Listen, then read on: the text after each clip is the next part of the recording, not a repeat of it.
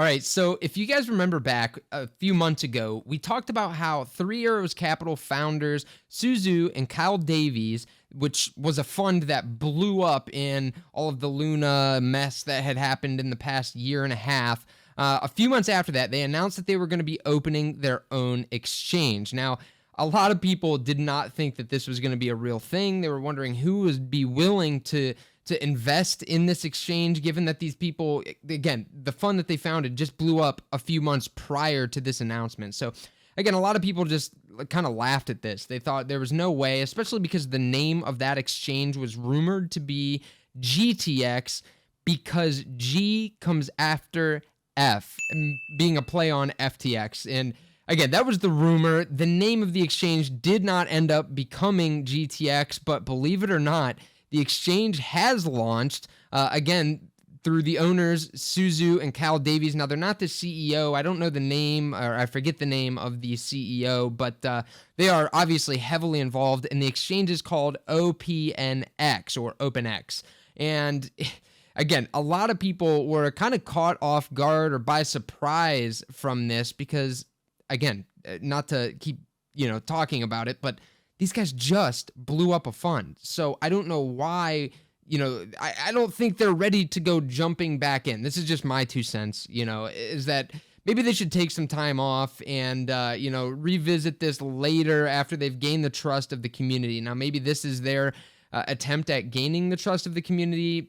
I don't know. Again, the whole thing is just kind of goofy in my eyes, especially because I thought that Three Arrows Capital was facing some lawsuits and some other things. So again, that's sort of besides the point, but trying to look at this business objectively, basically the model is that they will buy, I don't want to say the debt, but it's kind of the debt of FTX. So what they're trying to do is, if you had a claim to funds that blew up in FTX, and I think they're even going after things like Celsius and Voyager, that you can sell your stake in that claim to OpenX. They'll cash you out, giving you cash now in exchange for your claim on the funds that you had. Now, how do they make money on this? Well, if you had $1,000 in FTX, they might offer to buy that claim for $500, which means you get $500 now. And the gamble here is that when the FTX claims get paid out, they'll get the full 1,000. So they get to pocket that difference. So about $500 in that case, or 50%.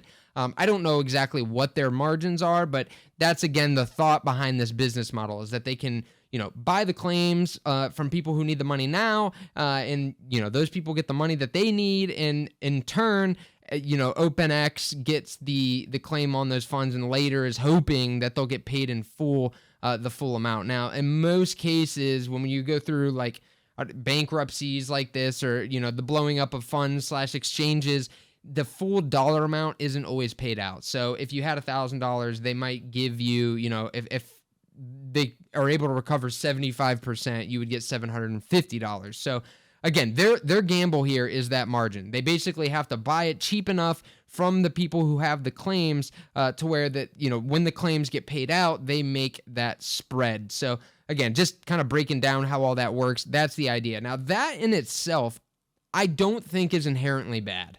I actually am okay with this because you don't have to give it to them, obviously, but it allows people to get out who might need the money that they had in FTX now. You can sell it. Obviously, you can sell your claim for cheap to OpenX, but you do get the liquidity now. And if you don't want to do that, then you just hold on to your claim. So again, that model I am totally okay with. It gives people, it's kind of a win-win, right? It gives people the money they need, and also OpenX can make some money here. But in order to do this, you really need the trust of people, right? To open an exchange, that is. Now, the claims themselves, you'll probably have people come through that have no interest in the exchange. They just want to get their money out, and so they'll use the exchange, maybe once to sell out of their position and transfer to another account. I'd imagine that is where a lot of the initial volume will come from, if people start, trying to take them up on this deal to get out of their FTX claim. But on the exchange piece, that is the more sustainable piece, right? You've got to be able to sustain an exchange. Now, the claims itself might offer an income pop from the exchange, but you need people to keep trading. And I think that this is where the OpenX exchange is going to face some difficulties, because again, you're talking about Zhu and Kyle Davies here, who are two guys that don't have the best reputation in the crypto space right now. And after FTX and all of these other exchanges have blown up, trust is a big thing in this space. If people don't trust you, they're not going to use your platform, especially right now when we're facing all of these crazy things going on, big exchanges blowing up, yada, yada. You guys know that story. So it sounds like I am not the only one who is thinking this way, because the exchange opened up just a day or two ago, I believe, and things have not been off to the best start. I have a CoinDesk article here outlining exactly how the initial launch has gone. So it says OpenX, or OPNX, which is short for Open Exchange, a bankruptcy claims exchange co-founded by failed crypto hedge fund Three Arrows Capital co-founders Kyle Davies and Zhu, has posted minimal trading volume since it went live on Tuesday. Across all spot and derivative markets on the exchange, just 2 trades have been executed worth a total of $1.26 at press time. So yeah, volume has not been very astounding. I don't know if this is a shock or what they were expecting to come out of the gate with. My guess is that it was more than $1.26. And this article was written on the 5th. So again, I think this was a day into it then, if it launched on Tuesday, if I have my dates right here. So, in the first day or so, they've only done $1.26 in trade volume, which again is not going to sustain an exchange or any business. So they need that to pick up.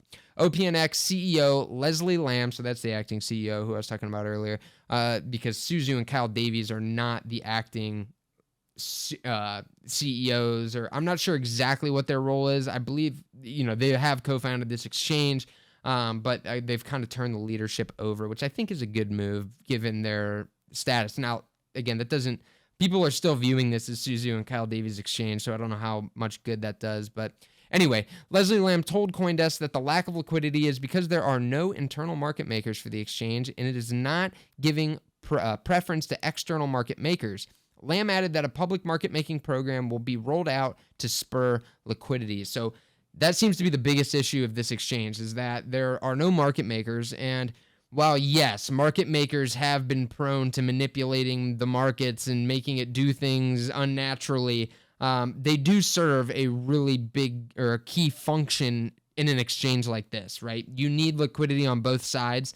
Because if there's no liquidity, then you can't execute the trade, which seems to be the biggest problem they're facing now. Now, they're talking about launching a public market-making program. I'm not sure how that'll look. It sounds like, I'd imagine it'll be like a DEX, right? Like you'll have pools that people can contribute to. I don't know. It remains unclear whether the exchange has suffered issues with enlisting new customers, or whether the issue is a lack of demand. The exchange was co-founded by Davies and Zhu alongside executives of troubled exchange CoinFlex. Zhu said in a tweet on Tuesday that liquidity will be built, quote-unquote, brick by brick, and that the exchange was learning from the failure of crypto exchange FTX by avoiding having internal market makers. It's worth noting that that the tokenized bankruptcy claim feature, which will let users cash in a range of crypto-related claims, isn't live yet. The Flex token, which is OpenX native token, was down 28% over the past 24 hours to $2.01, giving back all the gains it made during a rally earlier this week. So again, the exchange is open and it's not doing too hot. It sounds like it's facing a few different issues, right? You don't have the liquidity there, which is really key in an exchange. You also don't have the demand for people to open accounts, right? The volumes across the crypto market in general have been down, and I don't think people are really open to experimenting with new exchanges right now. I thought it was also interesting that they've already rolled out their token. Like, that was like, it sounds like one of the first things that they did was roll this token out. Now, from my understanding, the significance in this is that when you do the claim, or, you sell your claim in FTX, to OpenX, you get paid out in their tokens. So I think that is how this is all going to work, because obviously they need the money now to pay you out. in order to, they need that cash to pay people for their claims. And if they don't, if they're paying everyone for their claims and they're not getting paid till later, because those claims won't cash in until later, then they need to fill this gap, right? So that's, I think, what this token is designed to do, is that they pay you in the token. It's basically the exchanges, I don't want to say, funny money, but that's kind of what it is, right? Like it's the exchange's token, but if the token doesn't have any value, that's something else to think about, right? If the token is tanking in value, you could sell your claim to them, and then end up cashing out way less than what was anticipated because they're paying you in this token. Now, I don't know for sure if that's how it's going to work, and the program isn't out yet, but I've read a few articles that seem to think that this is going to be the approach to things. But I want to talk about something else as well, because not only do we have Zhu and Kyle Davies as the co-founders of this exchange, which, again, they don't have a great reputation, but you also have executives of CoinFlex, which is not a very prominent exchange in the space, and you got, they're jumping from one exchange to another, and again, CoinFlex, it doesn't sound like it's doing too hot. So you really don't have any major names in the space working on this exchange that have strong reputations, which I think is absolutely key right now, which is probably why they're having trouble, or it's at least sounds like they're having trouble getting new accounts opened, new customers. And again, me personally, I won't be using this exchange, at least not anytime in the near future.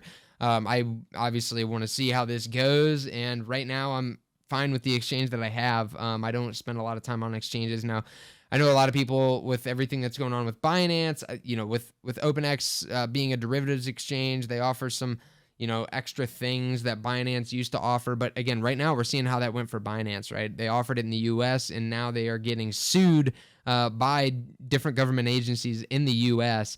And if Zhu and Kyle Davies try to do the same thing with OPNX, they could be facing the same charges. So I doubt they'll roll this out in the US. I'm not really sure how that's going to work. But yeah, I just wanted to update you guys on what's going on with this exchange, because I found it, again, I was pretty surprised. I did not expect this thing to actually come to light, but we have it. The site is open.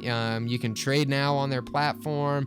It's just, again, I think the biggest issue here is going to be trust. The business model is fine. The liquidity piece, we'll see how that goes. I'm curious to see what the public market making program is going to look like. Again, if I had to take a guess, it'd probably look a lot like a decentralized exchanges, pools.